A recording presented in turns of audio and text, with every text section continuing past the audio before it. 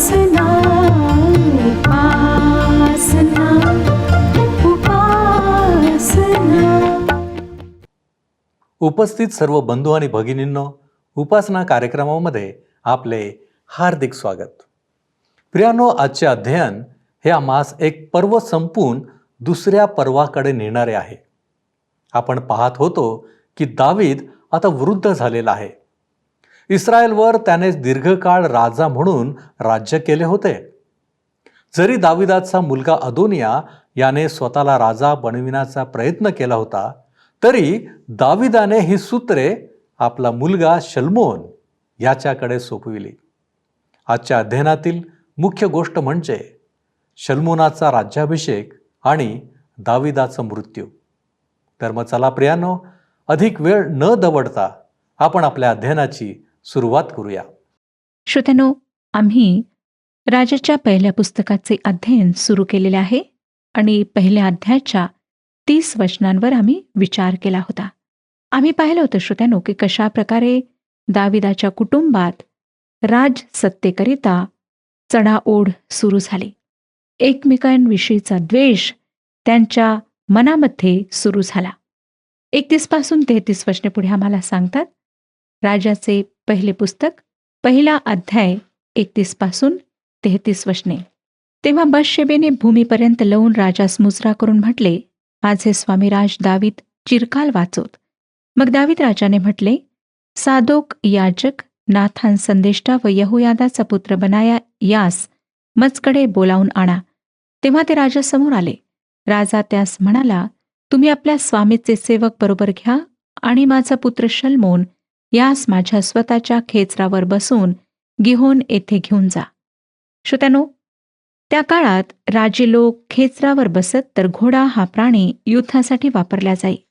प्रकटीकरणाच्या पुस्तकात आपणाला आढळून येईल की 4 घोडेस्वारांचे दौडणे हे परमेश्वराचा क्रोध व युद्ध यांच्याशी संबंधित आहे आणि प्रभू येशू ख्रिस्त पुन्हा घोड्यावर स्वार होऊन येणार आहे.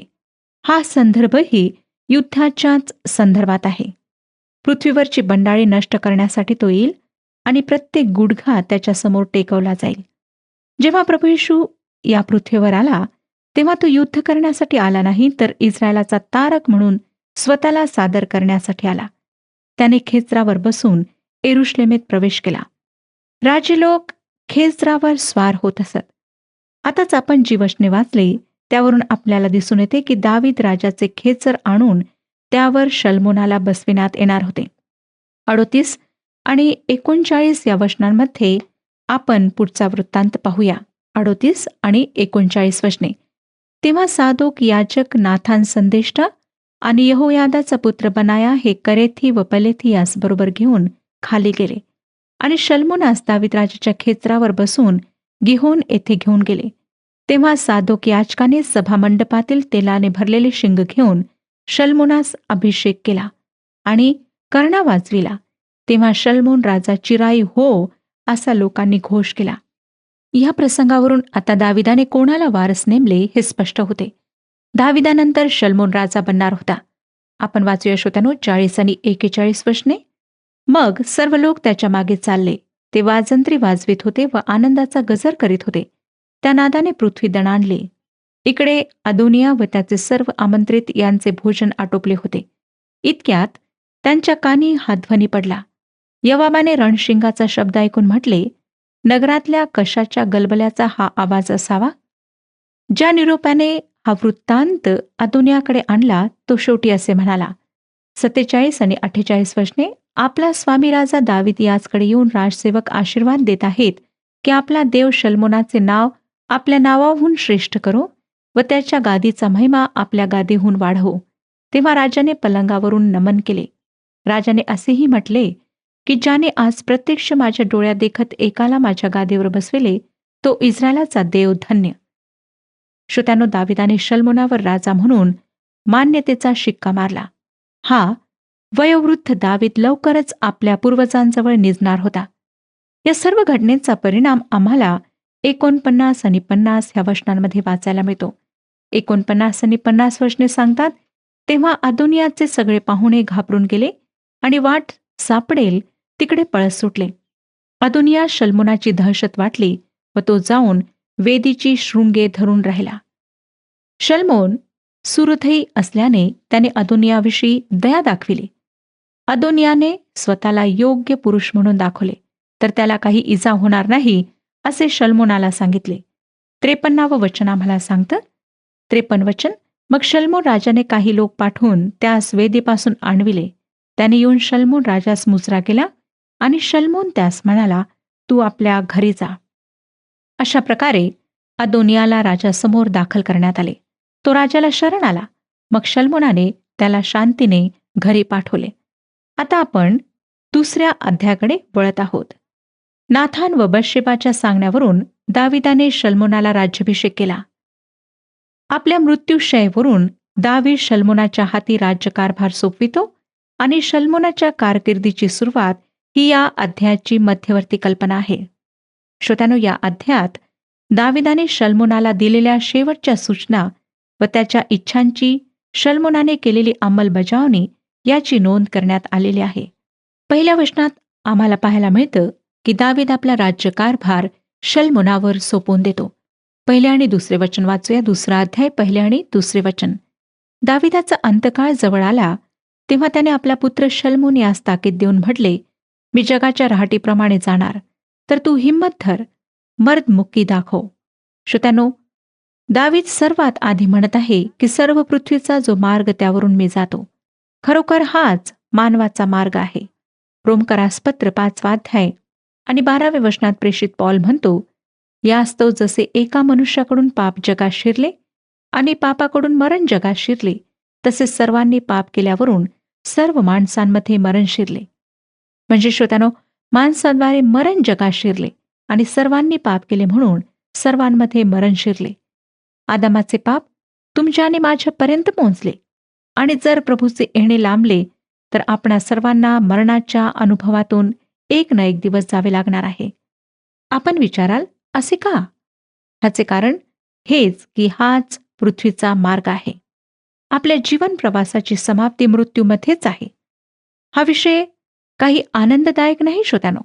याविषयी विचार करायला आपल्याला आवडत नाही, कारण मानवजातीकरिता मृत्यूचा विचार नेहमीच निराशादायी आहे.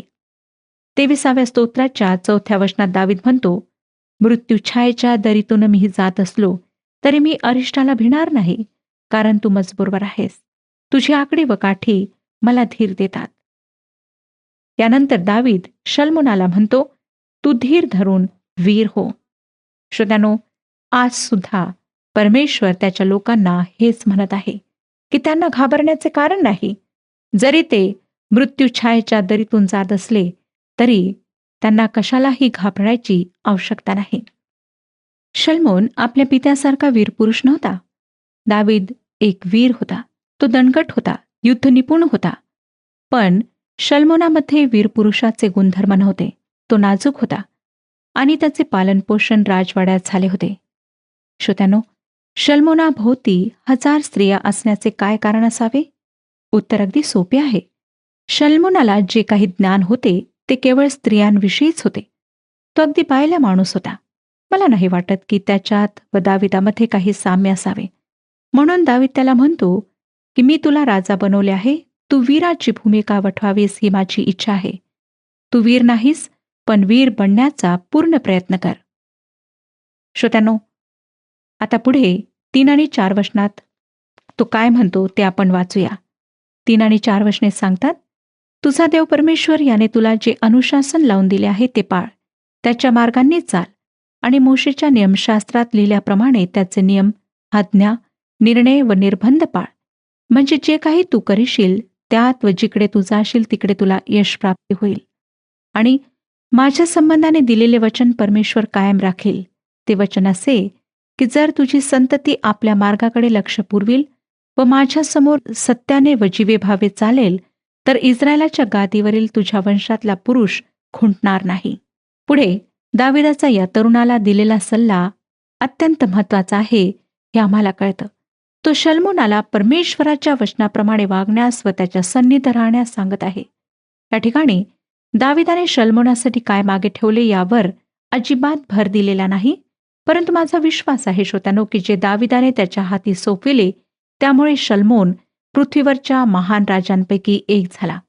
खरे तर त्यामुळे शल्मोन सर्वश्रुत असलेल्या राजांपैकी एक झाला. एसनने पवित्र शास्त्राचे सर्वेक्षण या आपल्या पुस्तकात दाविदाने शल्मोनासाठी मागे ठेवलेल्या गोष्टींचा आढावा घेतला आहे. त्यातली पहिली गोष्ट, दाविदाने देशाचे नेतृत्व बन्यामिनाच्या कुळापासून व शौलाच्या घराण्यापासून यहुदाच्या कुळाकडे आणले आणि दाविदाच्या शाही घराण्याची स्थापना केली. जेव्हा आपण नवीन कराराकडे वळू तेव्हा या गोष्टी महत्वाच्या ठरतील. मत्तेकृ शुभवर्तमानाची सुरुवातच येशू ख्रिस्त जो दाविदाचा मुलगा, जो अब्रामाचा मुलगा अशा वाक्याने होते. त्यानंतर लुकृ शुभवर्तमानाच्या पहिल्या अध्यायाच्या 32 व 33 या वचनात गब्रिएल दूत मरीला म्हणतो, आणि पहा, तू आपल्या उदरी गर्भधारण करशील व तुला मुलगा होईल आणि तू त्याचे नाव येशू ठेव. तो थोर होईल व परात्पराचा पुत्र म्हटला जाईल आणि प्रभुदेव त्याला त्याचा बाप दावीद याचे राजासन देईल.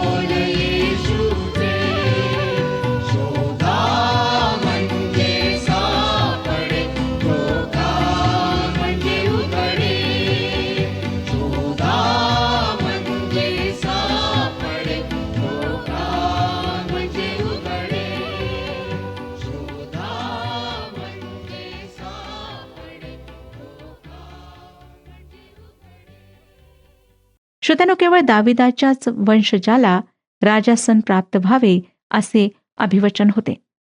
दुसरी जी गोष्ट आम्हाला दिसते ती ही की दाविदाने येरुशलेमला पवित्र नगरी, धार्मिक केंद्र व यहुद्यांची राजकीय राजधानी असे स्थापले आणि आजतागयत तिचे हेच महत्व आहे. येरुशलेम दाविदाची आवडती नगरी होती आणि त्याने तिला इस्रायलची राजधानी बनवले. शल्मोनाने तिच्यामध्ये देवाचे मंदिर बांधून तिचे सौंदर्य वाढवले. तिला धार्मिक केंद्र बनवले. परंतु ही गोष्ट लक्षात ठेवायला हवी की या मंदिराची पूर्वतयारी दाविदाने केली होती. दाविदाने केलेली तिसरी गोष्ट म्हणजे मूर्तीपूजेचे उच्चाटन. त्याने संपूर्ण देशात मूर्तीपूजा थांबवून यहोवा परमेश्वराची उपासना प्रचलात आणली. हा दाविदाचा सर्वात मोठा सहभाग होता. चौथी गोष्ट, दाविदाने इस्रायलाच्या सीमा वाढवल्यात. त्याने अनेक राष्ट्रे काबीज केली.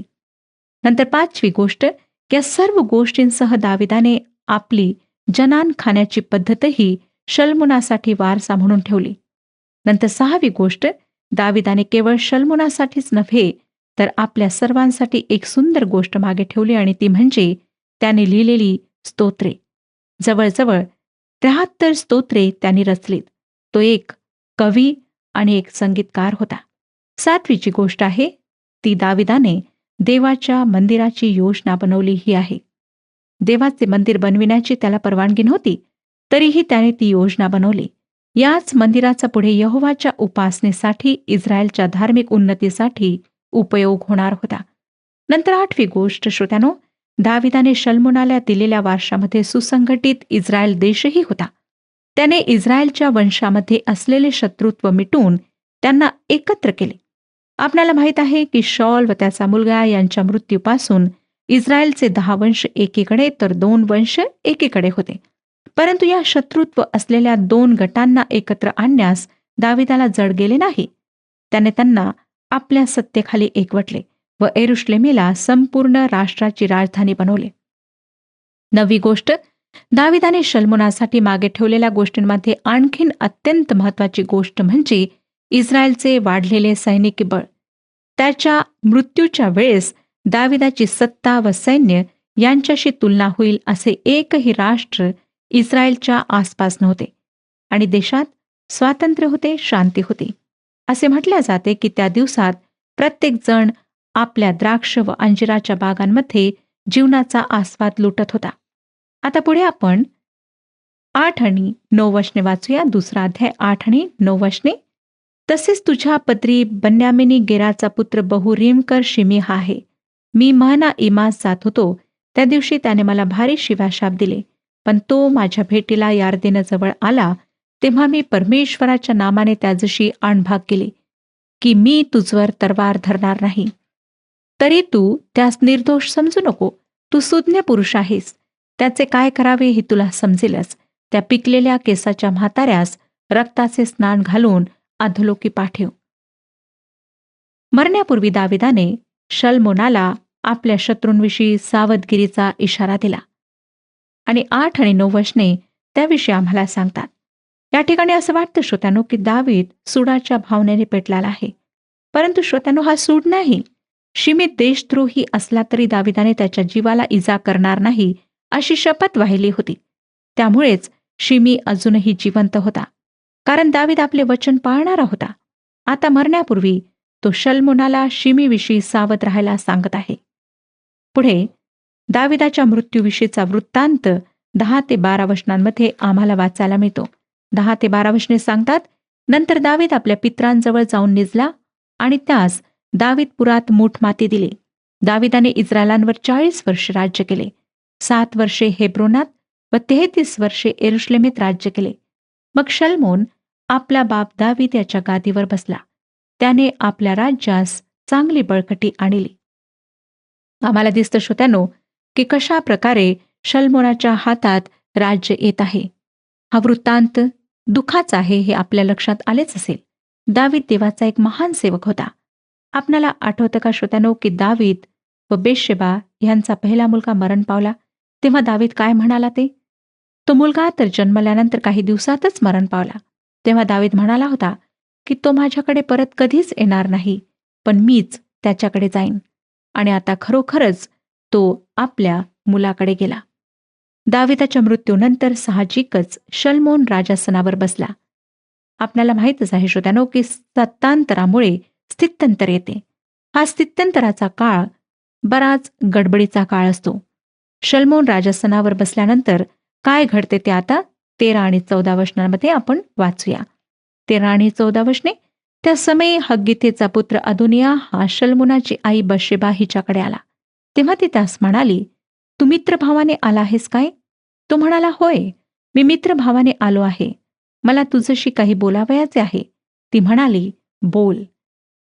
जरी श्रोत्यानो शल्मोन राजा बनला असला तरी अदोनियाने राजा बनण्याची आपली इच्छा सोडली नव्हती आणि हाच विचार मनात बाळगून तो शल्मोनाची आई बशेबा हिच्याकडे येत आहे. त्याच्या आधीच्या वर्तनामुळे साहजिकच बशेबाला त्याच्याविषयी भरोसा वाटत नव्हता, म्हणून ती त्याच्या येण्याचे कारण विचारते. तेव्हा तो म्हणतो की मी शांतीने आलो आहे, मित्रभावाने आलो आहे. त्याने अशी खात्री दिल्यावरच ती त्याचे म्हणणे ऐकून घ्यायला तयार होते. 15वं वचन पुढे सांगतं, तो म्हणाला, तुला ठाऊकच आहे की मला राज्य मिळाले होते आणि मी राज्य करावे म्हणून सर्व इस्रायल लोकांचे डोळे मजकडे लागले होते. पण आता राज्यक्रांती होऊन ते माझ्या बंधूस मिळाले आहे, कारण परमेश्वराकडून ते त्यास मिळाले आहे. थोडक्यात आपण शल्मोनापेक्षा लोकप्रिय आहोत आणि लोकांना राजा म्हणून हवे होतो असे तो सांगत आहे. 16 आणि 17 वचने वाचूया. आता मी तुझजवळ एक विनंती करीत आहे, तू मला विमुख पाठवू नको. ती म्हणाली, बोल. तो म्हणाला, शल्मोन राजा तुला नाही म्हणणार नाही. त्याला सांग की मला शुनेम करीन अभिषग बायको करून दे. थोडक्यात तो असे म्हणत आहे श्रोत्यानो की माझे राज्य तर माझ्यापासून काढून घेण्यात आल्या. आता माझी एक छोटी विनंती तरी ऐका, अभिषेकला माझी बायको करून द्या. आपणाला आठवतच असेल श्रोत्यानो की दाविदाच्या शेवटच्या दिवसात अभिषगेने दाविदाची सेवा केली होती. आता बशेबा अदोनियाच्या या मागणीसह शल्मोनाकडे जाते. 18 ते 21 वचने पहा. बशेबा म्हणाली, बरे, मी तुझ्या वतीने राजाजवळ बोलेन. बशेबा अदोनियाच्या वतीने शल्मोन राजाकडे बोलावयास गेली. राजा तिचे स्वागत करण्यासाठी उठला व तिला दंडवत घालून आपल्या सिंहासनावर जाऊन बसला. त्याने आपल्या आईसाठी एक आसन मांडावयास सांगितले व ती त्याच्या उजवीकडे बसली. ती त्यास म्हणाली, मी तुझ्याजवळ एक लहानशी गोष्ट मागत आहे, ती तू मला नाही म्हणू नको. राजा तिला म्हणाला, आई, माग, मी तुला नाही म्हणणार नाही. ती म्हणाली, शुनेम करीन अभिषग ही तुझा भाऊ अदोनिया यास बायको करून दे. खरे तर त्याची ही मागणी अगदी उद्धटपणाची होती. त्याला माहीत होते श्रोत्यानो की शल्मोन आपल्या आईचे म्हणणे नाकारणार नाही. म्हणूनच तो शल्मोनाकडे जाण्याऐवजी बशेबेकडे गेला. बशेबेने त्याची ती मागणी शल्मोनासमोर मांडली. आपण पुढे वाचूया. 22 आणि 23 वचने काय सांगतात. 22 आणि 23 वचन. शल्मोन राजाने आपल्या आईस उत्तर दिले, अदोनियासाठी तू शनेम करीन अभिषेक हीच तेवढी का मागतेस? तू माझा वडील बंधू आहे. त्या अर्थी त्याच्यासाठी किंबहुना अब्याथार याजक व सुरुवेचा पुत्र यवाब यांच्यासाठी राज्य देखील माग. शल्मोन राजाने परमेश्वराची शपथ वाहून म्हटले, अदोनियाने ही जी मागणी केली आहे तीमुळे त्याने आपल्या प्राणावर संकट आणले आहे. तसे न घडले तर परमेश्वर माझे तसेच किंबहुना त्याहूनही अधिक अनिष्ट करो. अभिषेकाची मागणी करून अदोनिया राजासन मिळविण्याचा धूर्त प्रयत्न करीत होता. त्याने आपले पाऊल हुशारीने उचलले, पण ते धोकादायकही होते. तो निश्चितच शल्मोनाचा मोठा भाऊ होता आणि राजासन बळकावण्याचा त्याचा पूर्वीचा प्रयत्न शल्मोनाला ठाऊक होता. जरी भोळ्या बशेबेला अदोनियाची मागणी रास्त वाटली तरी सुज्ञ शल्मोनाला त्याचा डावपेच लगेच कळला. त्याने वाहिलेल्या शब्देवरून हे स्पष्ट दिसून येते. 24 आणि 25 वचने सांगतात, ज्या परमेश्वराने माझी स्थापना केली, माझा बाप दावीद याच्या गादीवर मला बसविले आणि आपल्या वचनानुसार माझे घराणे स्थापिले, त्या परमेश्वराच्या जीविताची शपथ, आजच्या आज अदोनियास देहांत शासन होईल. शल्मोन राजाने यहोयादाचा पुत्र बनाया यास पाठविले. त्याने त्याचवर असा हल्ला केला की तो प्राणास मुकला. शल्मोनाने अशा प्रकारे आपल्या प्रतिस्पर्ध्याचा निकाल लावला. जरी श्रोत्यांनो त्याला क्रूरपणे मारण्यात आले तरी त्याचा मृत्यू शल्मोनाचे राज्य स्थापन करण्यासाठी आवश्यकच होता. कारण जिवंत असेपर्यंत अदोनियाने त्याचे राजासन बळकावण्याचा प्रयत्न केला असता. अदोनियाला आपल्या मार्गातून काढून टाकल्यावर त्याला पाठिंबा देणाऱ्या सर्वांना पदच्युत करण्याचे शल्मोनाने ठरवले. अदोनियानंतर आता पाळी अब्याथार याजकाची होती. 26 आणि 27 वचने आम्हाला सांगतात, अब्याथार याजकास राजा म्हणाला, तू अनाथोत येथे आपल्या शेतवाडीत जाऊन राहा. तू मरणदंडास पात्र आहेस, तरी मी आज तुला मारून टाकीत नाही. कारण माझा बाप दावीद याच्या समक्ष तू परमेश्वर देवाचा कोश वाहत असस आणि माझ्या बापाला ज्या ज्या विपत्ती प्राप्त झाल्या त्यांचा वाटेकरी तू होत असस. एलीच्या वंशाविषयी शिलो येथे परमेश्वर जे वचन बोलला होता ते पूर्ण करावे म्हणून शल्मोनाने अब्याथारास परमेश्वराच्या याजक पदावरून काढून टाकले. श्रोत्यानो, आपल्या लक्षात आलेच असेल की अब्याथार याजकाच्या घराण्यातला होता. त्याच्याकडून याजकपद काढून घेण्यात आले. अदोनियाला पाठिंबा दिल्याबद्दल त्याची अशी लज्जास्पद स्थिती झाली होती. तो दाविदाशी निष्ठावान होता म्हणून शल्मोनाने त्याला लगेच ठार केले नाही. अशा प्रकारे एली याजकाच्या घराण्याचा अंत झाला. श्रोत्यानो, अशाच प्रकारे दुष्टाचा अंत होतो. म्हणून आज आपल्या जीवनाचं परीक्षण करा आणि पहा की आपण कोणाला साथ देत आहात. परमेश्वर आपणा सर्वांस आशीर्वाद देव. हा कार्यक्रम आपणास आवडला काय? आता आम्हाला एक मिस कॉल करा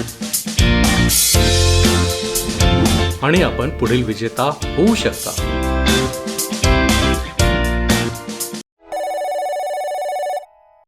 प्रियानो, आपण पाहिले की दाविदाच्या मृत्यूनंतर शल्मोन राजाने लगेचच स्वतःला एक मजबूत राजा म्हणून स्थापित करण्यास सुरुवात केली.